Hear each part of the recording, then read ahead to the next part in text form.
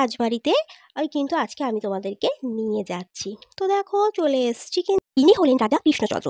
জনশ্রুতি অনুযায়ী রাজা কৃষ্ণচন্দ্র কিন্তু এই বারোদল মেলার প্রবর্তন করেন। আনুমানিক 1764 বা 65 সালে এই মেলা শুরু হয়। তবে এই আবিরটা দাও, বলছি ভালো দিন এসেছি বলো, আজকে আর তো পর তো আর এটা দেখাও যাবে না। Hello everyone and welcome to নদীয়ার ক্যাপিটাল কৃষ্ণনগরে। তো আজকে চলে এসেছিলাম সকাল সকাল কৃষ্ণনগরে। তো কেন এসেছি জানার জন্য কিন্তু দেখতে থাকো পুরো ভিডিওটা। আর এই যে স্টেশন চত্বর থেকে বাইরে বেরিয়ে চোখে পড়লো এই তিরঙ্গার সুন্দর জাতীয় পতাকাটা। তো hello, this is Papiya, welcome to my channel and another new minute travel blog. তো কৃষ্ণনগরে এখন হচ্ছে বারোদোলের মেলা, সেই রাজবাড়িতে কিন্তু আজকে আমি তোমাদেরকে নিয়ে যাচ্ছি। তো দেখো চলে এসেছি কিন্তু আমরা এই রাজবাড়িতে। ভিডিওটা বেশি লং করব না, তাই রাস্তার অত ডিটেলস দিইনি। তবে স্টেশনে এসে কিন্তু তোমরা টোটো করে এই রাজবাড়িতে চলে আসতে পারো, হেঁটেও আসতে পারো, তবে টোটো ধরাটাই বেটার। এ দেখো এখানে কিন্তু প্রচুর টোটো আছে যেটা তোমাদের এই রাজবাড়ির ভেতর নিয়ে আসবে। আবার যখন তোমরা ফিরবে এখান থেকে কিন্তু টোটো করে তোমরা যেতে পারো, সুতরাং এখানে কিন্তু বুক করে রাখার কোনো দরকার নেই। তো চলো যাওয়া যাক। তো এই দেখো এখানে হচ্ছে বারোদোলের মেলা উৎসব। টোটাল রাজবাড়িটা জুড়ে কিন্তু এই মেলাটা হয়। মেলাটা কিন্তু অনেক বড়, যেহেতু আমরা দিনের বেলায় এসেছিলাম তাই মেলাটা কিন্তু খোলেনি।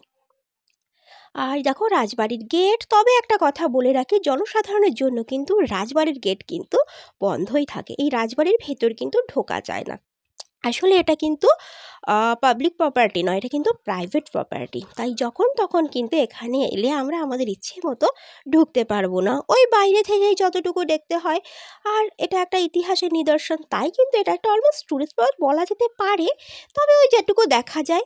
আর দেখো ঢুকতে ঢুকতে এখানে চোখে পড়লো দুধারে সারি সারি বেঁধে সব ভিখারিরা এখানে দেখো রয়েছে।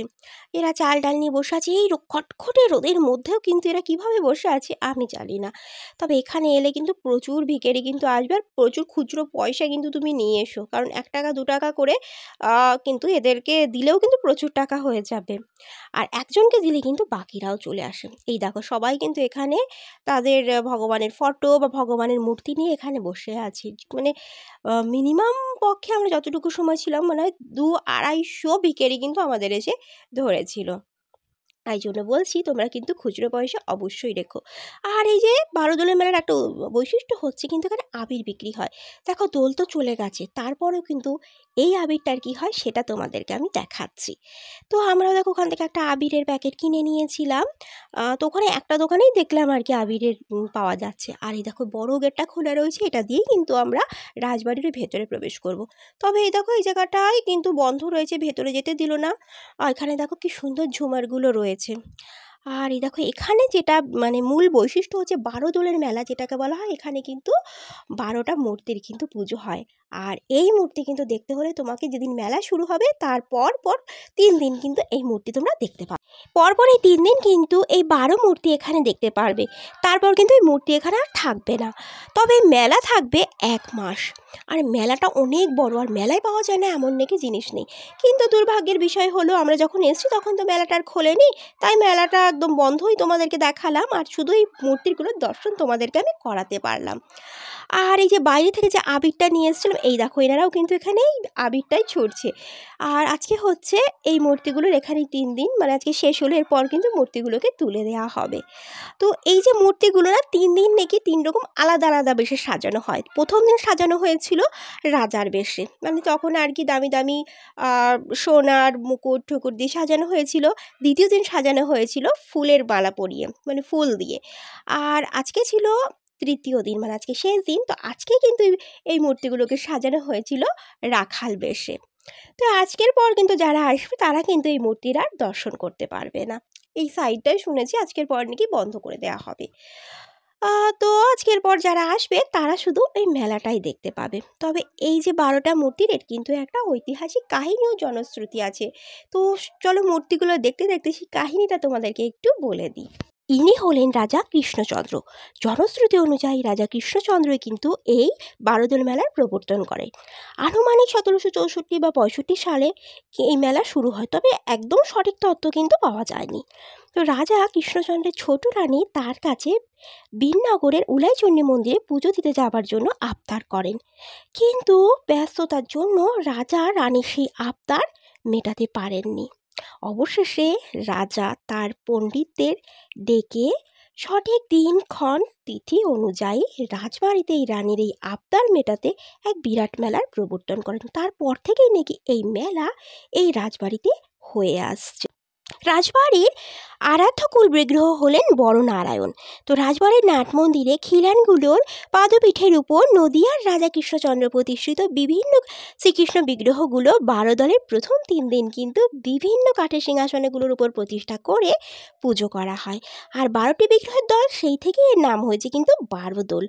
আর এই দোল মেলার বড় নারায়ণ সমেত আরও 12টি মূর্তি, মোট 13টি মূর্তির কিন্তু পুজো করা হয়। আর বিরাটি, অগ্রদ্বীপ, শান্তিপুর বিভিন্ন জায়গা থেকে কিন্তু এই মূর্তিগুলোকে আনা হয়। আর 3 দিনই কিন্তু এর দর্শন তোমরা করতে পারবে। আর এরপর ওই সাইডে ছিল হচ্ছে নাট মন্দির, যেটা কিন্তু আজকে একদম বন্ধ ছিল। তো যেখানে আমি নিজেও যেতে পারলাম না, আর তার কোনো ভিডিও বা ক্লিপও কিন্তু আমি তোমাদের সাথে শেয়ার করতে পারলাম না। তো অ্যাকচুয়ালি আমি যখন এসেছিলাম মূল উদ্দেশ্যই ছিল আমার এই মূর্তিগুলোকে দর্শন করা, তো যেটা হলো।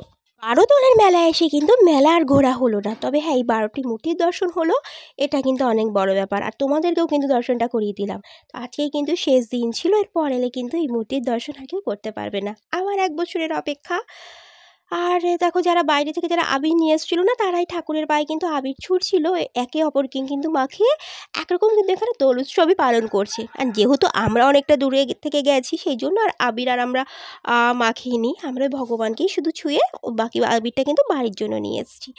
আর এই যে রাজবাড়ির গেট, যেটার ভেতর তো আর যাওয়া যাবে না, তাই বাইরের থেকে কিছুটা ছবি ক্যাপচার করলাম, ভিডিও ক্যাপচার করলাম তোমাদের সাথে শেয়ার করার জন্য।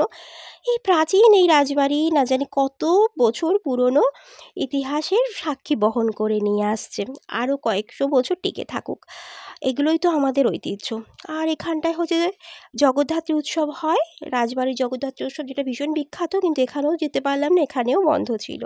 আর এই মূর্তিটা না আমার ভীষণ সুন্দর লেগেছে। আর জানোই তো কৃষ্ণনগরের মাটির মূর্তি কিন্তু ভীষণ বিখ্যাত, আর এটার গোপালটার চোখটা এত সুন্দর, না থেমে পারলামই না। আর এই যে 12 দোলের 12টা মূর্তি দর্শন করলাম, আর ভগবানের কাছে একটুখানি আশীর্বাদ চাইলাম, যাতে সবাই ভালো থাকে, ভগবান যেন সবাইকে খুব খুব খুব ভালো রাখে। আর দেখো এখানে পুজো চলছে। তো ওই দেখো ভীষণ রোদ, আর এখানে বেশিক্ষণ আর থাকতে পারছি না।